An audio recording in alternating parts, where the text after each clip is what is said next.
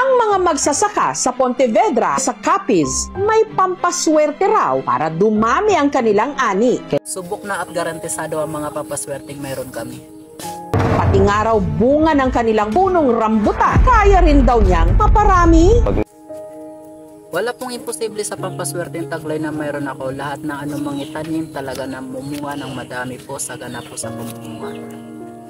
Ang kailangan lang daw gawin para buenasin, hawak-hawakan ang kanyang mga sa kamay at hindi lang sa kamay, pati na sa kanyang mga paa. Lahat po ng magtatanim, lahat po ng magsasaka, sa tuwing sila po'y bago magtatanim, isang ginagawa po nila, hinahawak-hawakan po nila yung aking mga kamay, yung aking mga paa. Hindi ko nga po alam yung mga sinasabi po nila is napakaswerte raw po ng aking kamay kapag once na hinahawakan nila yung mga kamay ko, mga paa ko, nagkakaroon po sila ng maraming ani, nagkakaroon sila ng napakaraming saga ng pamumunga ng kanilang mga pananim. May swerte ba talagang dala? Isa ako sa magpapatunay na may swerteng taglay ang kanyang kamay at paa.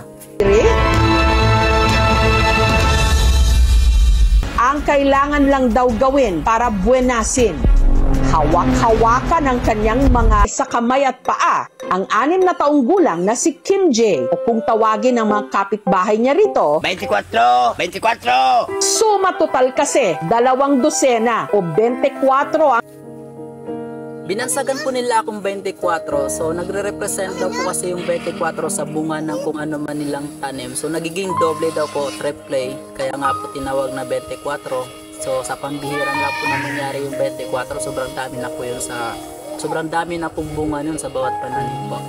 Sanggol pa lang daw si Kim J nung iniwan siya ng kanyang ina. Ang kanyang ama namang si Kim Boy may iba ng pamilya sa Iloilo.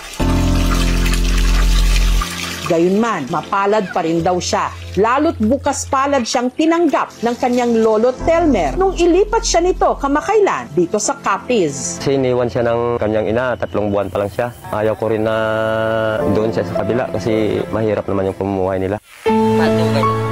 Pansamantalang natigil sa pag-aaral si Kim J. Natigil po ako sa pag-aaral dahil nga din po sa hirap ng buhay, sa pang-tuition, sa pangbayad sa school. Kaya napilitan po ako na magtulong na lang sa buhay dahil napilitan na po akong tumigil ng pag-aaral.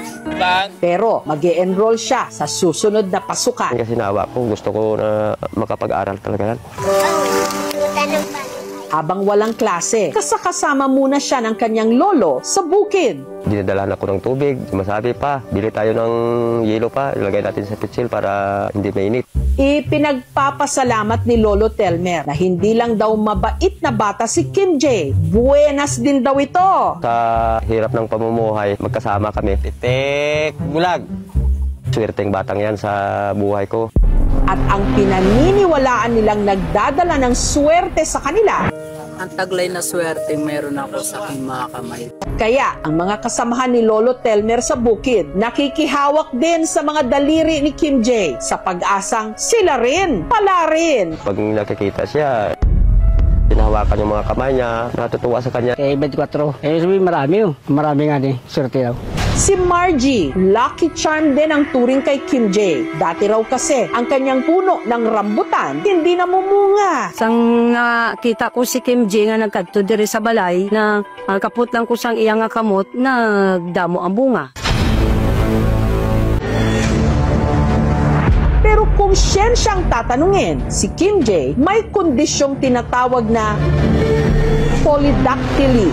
Polydactyly could be hereditary. Pwede na isa sa family niya meron. Pwede ding genetic.